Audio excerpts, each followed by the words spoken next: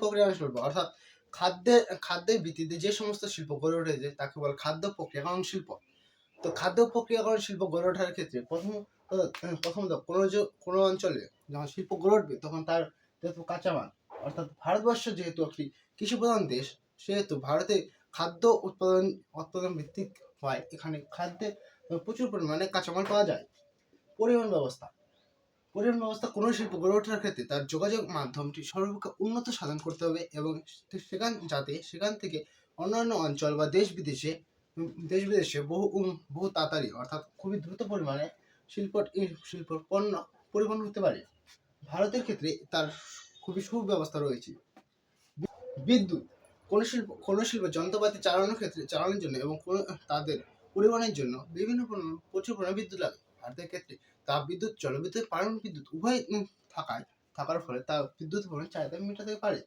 বাজার ভারত একটি জনবহুল দেশ এবং এর পরিমাণে তার অভ্যন্তরীণ খাদ্য প্রক্রিয়ার জন্য অভ্যন্তরীণ চাহিদা এবং তার বিশ্ব বাণিজ্যের ক্ষেত্রে তার চাহিদা রয়েছে গুরুত্বপূর্ণ। মূলধন ভারতের 1991 খ্রিস্টাব্দের পর থেকে ভারত সরকার বিদেশ নীতিতে তার মুক্ত বাণিজ্য নীতি খুলে দেয়। এর ফলে ভারতে প্রচুর পরিমাণে বিদেশি সংস্থা তাদের মূলধন প্রয়োগ করে থাকে। সরকারি উদ্যোগে বিভিন্ন সরকারি উদ্যোগ যেমন প্রধানমন্ত্রী যোজনা, বিভিন্ন রাজ্যভিত্তিক বিভিন্ন যোজনার ক্ষেত্রগুলি খাদ্য প্রক্রিয়াকরণ শিল্প গড়ে তুলতে সাহায্য করেছে। উন্নত প্রযুক্তি ও গবেষণা ভারতের প্রযুক্তিগত শিল্প এর উন্নতির জন্য এবং গবেষণা ভিত্তিতে তা প্রয়োজনীয় প্রক্রিয়াকরণ করা সহজ হয়েছে। হিমঘর খাদ্য প্রক্রিয়া শিল্প তৈরি করার পর পরবর্তী সময়ে তা হিমঘরের মাধ্যমে তা মজুত রেখে তা পরবর্তী সময়ে তা বিক্রি করা যাবে।